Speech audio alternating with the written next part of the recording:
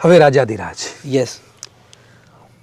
રાજાધિરાજની વાત કે વાર્તા આખી માંડીને કે, હા, કારણ કે રાજાધિરાજ કદાચ ભારત આઝાદી પશ્ચાતના ભારતનું એક એવું નાટક છે જે જોવા માટે લોકો ફ્લાઇટ પકડીને બેંગ્લોરથી મુંબઈ આવે ને કર્ણાટકથી દિલ્હી જાય ને કોલકાતાથી મુંબઈ આવે અને અમદાવાદની અમુક પ્રજા જે 150 રૂપિયાની ટિકિટમાં પણ બૂમાબૂમ કરતી હોય એ 25,000 રૂપિયાની ટિકિટ ખર્ચીને રાજાધિરાજ જોવા અમારે ગામ આવે. અને હવે ક્લાસનો ભાગ ગણાવે છે માયા સારાભાઈની જેમ કે એટલે વી આર તો going to watch Rajadhiraj became the style statement. એ નાટક તારી તાસકમાં કેવી રીતે આવ્યું અને એની આખી પ્રોસેસ, કારણ કે એ પહેલું એટલે શરૂઆતમાં થોડાક થયા છે, સાવ નથી એવું નથી, પણ આ લેવલનું ગ્રેન્ડ્યોર વાળું નાટક જેમાં હિન્દુ સંસ્કૃતિની વાત હોય, હિન્દુ ધર્મની વાત હોય. બિલકુલ.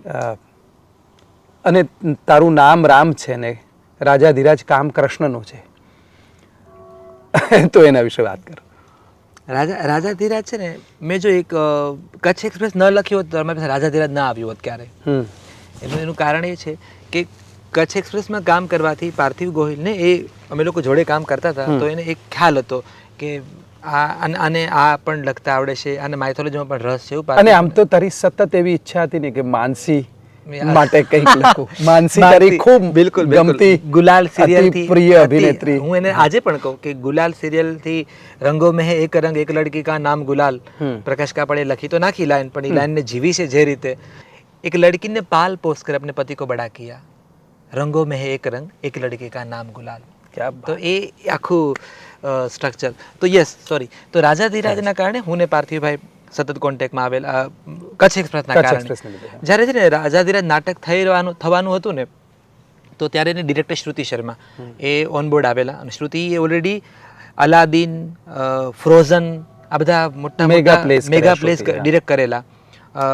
એને અને બ્યુટી એન્ડ બીસ્ટ પણ એને કરેલું. તો જ્યારે એને ઓનબોર્ડ લાવ્યા ત્યારે શ્રુતિ એવું કીધું કે મને છે ને એવો રાઇટર જોઈએ છે કે જે સ્ટેજના ક્રાફ્ટને સમજે અને જે પહેલાં તો સ્ટેજને સમજતો હોવો જોઈએ.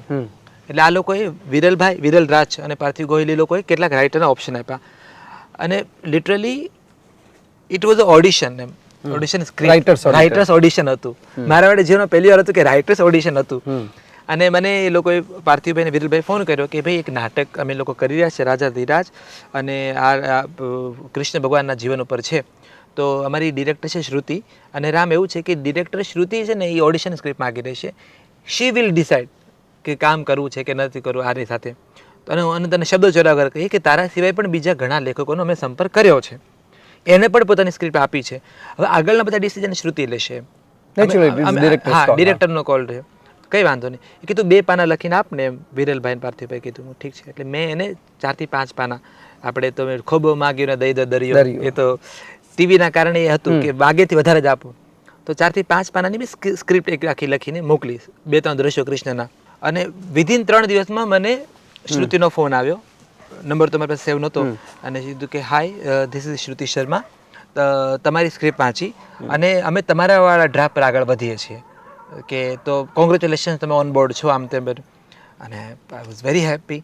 અને પછી ખાલી શ્રુતિ નામ આખું નહોતું ખબર. પછી મેં એને પૂછ્યું કે તમે આમ કહો, આખું નામ તમારું શું? મેં મારા નંબર સેવ કરો છે એવું મેં આમ હોશિયારી મારી થોડીક. તો એણે કીધું કે શ્રુતિ શર્મા. મેં તો ઓકે. પછી મેં તાત્કાલિક પેલા સ્ટોકી લીધું કે આ છે કોણ? મેં કીધું નવો શબ્દ છે. મેં તાત્કાલિક સ્ટોકી લીધું, મેં આ છે કોણ શ્રુતિ શર્મા? તો સંજયભાઈ એવું છે કે જ્યારે હું સિરિયલ લખતો હતો, બાલિકા વધુ ને બધું ચાલતું હતું મારું કામ, ત્યારે મારા મિત્રો છે એક્ટર પ્રશાંત, એ લોકો ટીવી સિરિયલના એક્ટરો, એ બધા લોકો પાસે એક ટિકિટ એક્સ્ટ્રા હતી. એ લોકો NCPAમાં જોવા માટે જતા હતા અલાદીન નાટક, અને કે એક ટિકિટ એક્સ્ટ્રા છે અમારી સાથે, તું આવ. અને હું એ લોકો સાથે અલાદીન મેં મારા જીવનમાં જોયેલું પહેલું ગ્રાન્ડ પ્લે હતું, પહેલું.